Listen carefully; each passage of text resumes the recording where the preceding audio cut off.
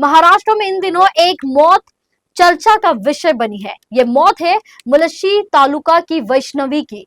वैष्णवी महाराष्ट्र में अजित पवार गुट के नामी नेता राजेंद्र हगवने की बहू थी। बीते दिनों भूकुम गांव में उनकी लाश मिली थी। आपको बता दें कि वैष्णवी के पिता ने अपनी बेटी के ससुर राजेंद्र हगवने और पति शशांक हगवने पर आरोप लगाया है कि उन्होंने अपने परिवार के साथ मिलकर वैष्णवी की हत्या की है। वही एनसीपी नेता राजेंद्र हगवने की बहू वैष्णवी के आत्महत्या के मामले में पुलिस ने बड़ा कदम उठाया है। पुलिस ने एनसीपी नेता के बेटे, पत्नी और बेटी को जान देने के लिए उकसाने और दहेज प्रताड़ना के आरोप में गिरफ्तार किया है। हालांकि ससुर राजेंद्र हगवने अभी भी फरार है। पुलिस स्टेशन में आनंद उर्फ अनिल साहेबराव कसपटे ने शिकायत दर्ज कराई है। शिकायत में वैष्णवी के पति शशांक राजेंद्र हगवने, ससुर राजेंद्र तुकाराम हगवने, सास लता राजेंद्र हगवने, ननद करिश्मा राजेंद्र हगवने और देवर सुशील राजेंद्र हगवने को आरोपी बनाया गया है। पुलिस के अनुसार वैष्णवी शशांक हगवने ने शुक्रवार को सुबह करीब 5 बजे अपने घर में खौफनाक कदम उठाया था। वैष्णवी ने बेडरूम का दरवाजा अंदर से बंद कर लिया था। कुछ देर बाद उनके पति शशांक हगवने ने दरवाजा खटखटाया। जब उनकी पत्नी ने दरवाजा नहीं खोला तो शशांक ने दरवाजा तोड़ दिया। इसके बाद शशांक तुरंत अपनी पत्नी को एक निजी अस्पताल ले गए। वैष्णवी जो पहले बेहोश थी, डॉक्टरों ने उन्हें मृत घोषित कर दिया।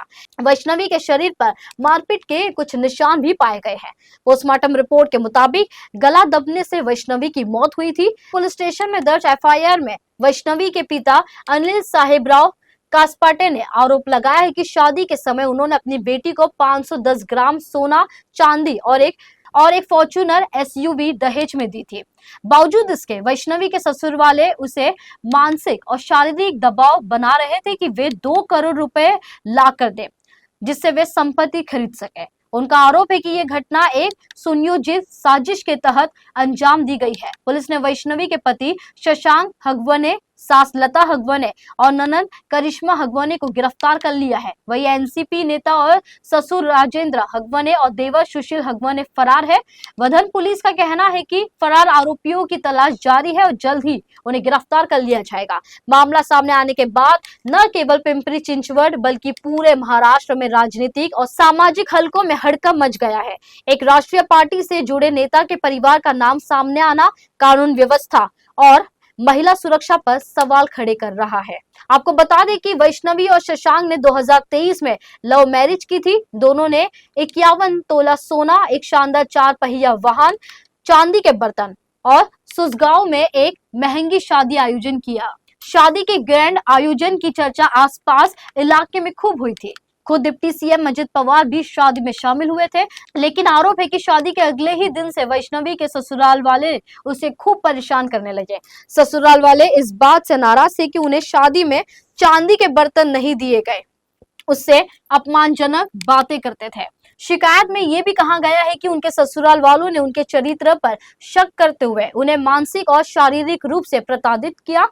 अगस्त 2023 में वैष्णवी गर्भवती हो गई। आरोप है कि उसके बाद शशांक ने उसके चरित्र पर संदेह किया। उसने उसे ये कहते हुए पीटा कि ये बच्चा मेरा नहीं है और उसे घर से भी निकाल दिया था।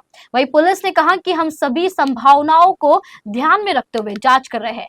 हम फॉरेंसिक जांच, घटना स्थल का बारीकी से निरीक्षण, सीसीटीवी फुटेज, कॉल रिकॉर्ड्स और गवाहों के बयान के आधार पर जांच कर रहे हैं। हम कोई भी कसर नहीं छोड़ेंगे और जल्द ही सच्चाई सामने आएगी। वही राष्ट्रीय महिला आयोग ने महाराष्ट्र पुलिस प्रमुख से इस मामले की 3 दिन के भीतर विस्तृत रिपोर्ट मांगी है।